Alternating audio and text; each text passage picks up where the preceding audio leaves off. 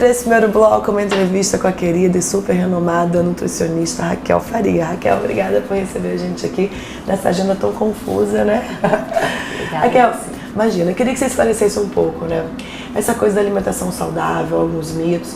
E hoje em dia também essa preocupação nossa, não é mais, aliás, só nossa, é para os nossos filhos também. A gente tem esse cuidado com a alimentação. Quais são as principais dúvidas, assim, diante dessa situação? Bem, as mães têm bastante questionamento em relação ao que é uma alimentação para emagrecer, ou o que é uma alimentação saudável que serve para a criança também. Aqui no consultório eu tenho sempre essa abordagem, essa preocupação com os pais de levar essa alimentação para a criança, para gestantes, por exemplo, né? Explico isso para eles, deixo bem claro que é importante essa mudança no padrão alimentar, não só para a questão do peso, mas para levar isso tudo para o âmbito familiar. Saúde, e que eles possam mesmo, né? Ter uma alimentação que seja do dia a dia, né? Que não seja uma ideia de começo, meio e fim, estou de dieta, né? Não, é uma rotina. Eu tenho uma né? rotina alimentar saudável que permite algumas eventualidades, comer numa festa, comer uma guloseima no final de semana, mas a rotina é saudável, as compras são saudáveis e o que tem disponibilidade, tanto para o adulto quanto para a criança no dia a dia, são opções saudáveis em casa. Porque se você enche, por exemplo, sua geladeira de bobagem, sua dispensa de biscoito, a criança não vai escolher uma fruta. Né? Fatalmente ela vai comer a bobagem. Exatamente, né? Mas se você só tem opções saudáveis, ou se você oferece opções saudáveis e gostosas, elaboradas, hoje em dia é difícil pensar no elaborado, porque as pessoas são muito práticas, né? Tem pouco tempo, muitas vezes a secretária não tem esse preparo, né? Essa habilidade para fazer uma coisa boa para a criança, mas existem muitas opções, né? Uma questão de você se dedicar àquilo, e principalmente nas compras. Né? E hoje a gente aqui na cidade, a gente já está mais bem amparado, né, com essa questão de variedade de coisas saudáveis, né? Porque há um tempo atrás era bem mais difícil, né? Era mais difícil no Brasil todo, né? E aqui um pouco mais, as coisas já começaram a chegar.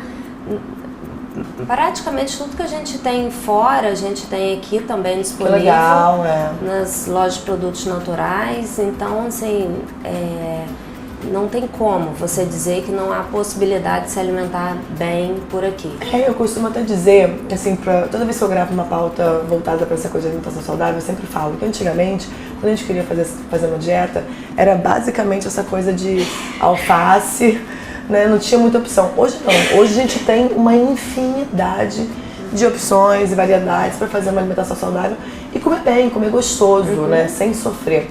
Agora, como é que funciona essa questão de glúten e lactose para criança? Você costuma também, como é que é? É só para quem tem intolerância ou você gosta também de dar uma diminuída? Como que funciona na sua dieta? Então, tanto para a criança quanto para o adulto, o problema é a sobrecarga.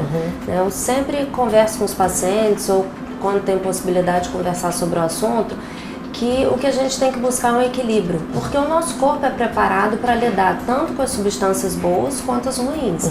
O que causa um desajuste no funcionamento do nosso corpo é exatamente o desequilíbrio. Uma sobrecarga de alimentos ruins em detrimento de uma alimentação saudável muito pobre. E aí o corpo não consegue lidar com essas substâncias. Então, assim, o glúten, ele é acessível ao corpo, né? O corpo consegue lidar com essa substância. O problema é quando você começa o dia com glúten, né? Com pão, biscoito, rosca, torrado, no meio da manhã faz aquele lanchinho com biscoito também. No almoço entra um macarrão, no horário da tarde entra novamente um pão, biscoito, rosca ou bolo. E à noite, quando as pessoas acham que é ruim jantar, que a comida é pesada, eles substituem a comida pelo lanche de novo. Então, realmente é uma sobrecarga de glúten no organismo. E fatalmente também de carboidratos, né? Vazios, de glúten. E você tira o espaço da fruta, da salada, do jantar. Raquel, sua filha estuda com a minha, né? Sua filha tem 9, a minha tem 8. E a gente sabe da dificuldade que é essa coisa de uma alimentação balanceada, nutritiva na escola. Bom, minha filha, eu sempre incentivei muito a alimentação saudável. Lá em casa a gente come muita fruta, muito legume, tudo grelhado, não frito quase nada. Recentemente ela descobriu Nutella. Hoje se eu levo minha filha no cinema, ela quer comprar o potinho pequeno de Nutella, olha que problema.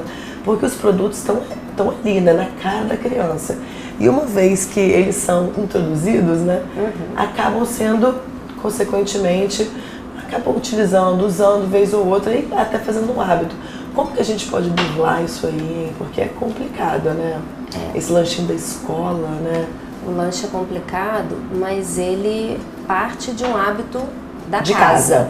Né? Porque se a criança não tem hábito de comer um sanduichinho, ele não vai querer levar para a escola. Vai querer comer a coxinha frita. Exatamente. Né? E em relação, por exemplo, ao Nutella, existe a opções pasta saudáveis, de cacau, né? Que é muito gostosinha também. E é feita com cacau, óleo de coco e amêndoa. Então, isso é legal a gente falar. É gostosinha pra gente ou é gostosinha pra criança também? Porque a gente tem um paladar mais educado, né? Depende do paladar da criança, exatamente, da educação do paladar da criança. Mas a gente consegue... fazer esse truque, né? Fazer esse truque, por exemplo, essa pasta de cacau não é tão doce. Então você pode misturar ela com açúcar de coco que fica mais docinho, entendeu? Claro. E chocolate, por exemplo, existe chocolate meio amargo que é bem gostoso. Ele tem um percentual maior de cacau, tem açúcar também, mas é um chocolate sem leite. Então, assim, dá pra gente hoje, com os produtos que a gente tem comercialmente, fazer uma troca similar justa, né? ao que a criança gosta mais. Comer, né? Mas é uma questão de habituar isso em casa, com certeza. Em relação ao lanche, realmente é um pouco complicado, mas a gente já tem, por exemplo, pipocas em lojas de produtos naturais, pipocas doces com açúcar de coco, tem pipoca salgada com flor de sal. Sal do Himalaia também. Sal do Himalaia. Agora, Raquel, dá aquela dica pra gente. O que que não falta na sua casa, hein? Fruta. Não tem jeito. E aquela conversa de que fruta engorda por conta do carboidrato e tal. Porque tem truque também, né? Por exemplo, me corrige se eu estiver errado. Mas quando a gente vai fazer aquele lanchinho da tarde e come uma frutinha, é bacana também comer algum tipo de castanha junto para poder aumentar o tempo de saciedade. Isso. Tá certo isso? Depende da fruta. Tem as frutas que têm um índice glicêmico maior, ou seja, tem uma capacidade maior de aumentar a glicose e depois baixar.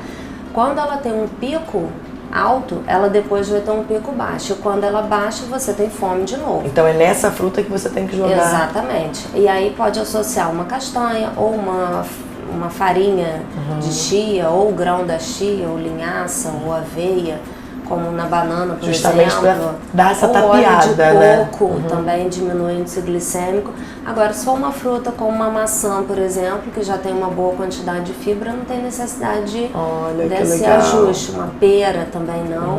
Mas a gente tem que saber o momento de introduzir. Por exemplo, pensar em passar uma tarde inteira só com uma fruta não pode, é suficiente. Agora, eu tenho ouvido também, que engraçado, isso eu ouvi também novos estudos dizendo que essa coisa de ficar muito tempo sem comer é saudável também. Depende. Que coisa, né, Raquel? Depende do momento e o que você come na hora que vai introduzir a alimentação. Ou seja, não é pra ficar sem comer igual uma pessoa, né? Tem que ter um cuidado. Existe uma programação para esse tipo de alimentação, né? A gente faz um jejum intermitente, normalmente no período noturno, né, de 12 horas.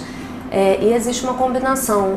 A gente pode fazer um período de 6 dias com uma dieta normocalórica e um dia de restrição, ou 5 para 2, ou 4 para 3. E não é um jejum sem programação no meio do dia. Sim. É diferente. É uma coisa programada dentro de uma dieta estudada. Exatamente, né? Porque a gente tem que estimular uma cetogênese, ou seja, estimular que o corpo consiga usar a proteína como fonte de energia, mas essa cetogênese é adaptável quando existe essa programação. As pessoas não podem simplesmente, vou ficar 5 horas em jejum no meio do dia porque isso faz bem.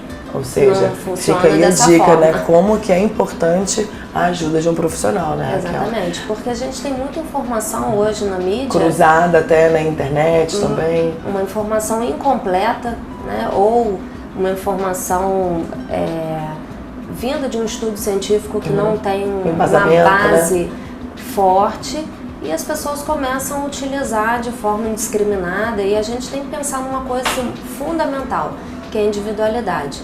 O que é bom para você pode não ser bom para mim, e o profissional está capacitado para avaliar, tanto clinicamente quanto laboratorialmente, qual é a melhor programação alimentar para o indivíduo.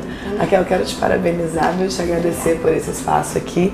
Bom, quem quiser também tirar alguma dúvida, siga o perfil da Raquel, sempre tem novidade, várias dicas e ela não para. A gente vai para o intervalo e já volta com mais conexão. Até já!